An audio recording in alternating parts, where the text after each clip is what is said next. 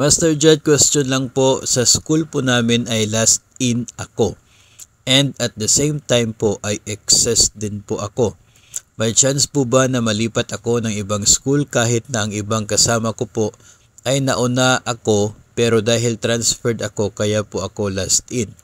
Ano po ang susundin para masabing ikaw ay last in?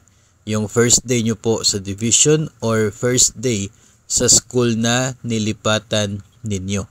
So sino ba talaga yung pwedeng matukoy as last in sa isa pong paaralan?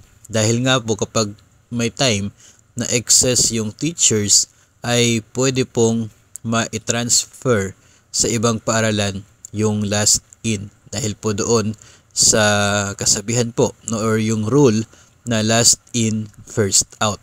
So ito po yung DepEd Order number 22 series of 2013. Dito po ay nandito po yung guidelines para sa pag-transfer ng mga teachers. And dito po sa number 4, as such, in the event that teachers are transferred in the exigency of service, ito po yung mga rules na pwede pong tingnan. Number 1, dito po yung last in, first out. Pero ang sinabi po, teachers who were last to be hired or last in, first out. In other words, ang basis ng pagiging last in ay yung date kung kailan ka na-hire sa agency. Kung kailan ka na-hire ng DepEd. Hindi po kung kailan ka na-assign sa isang particular na paaralan.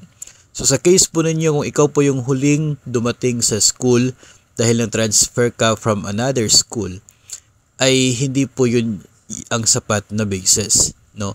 Yung hiring po ninyo na date kung kailan ka na-hire ni DepEd.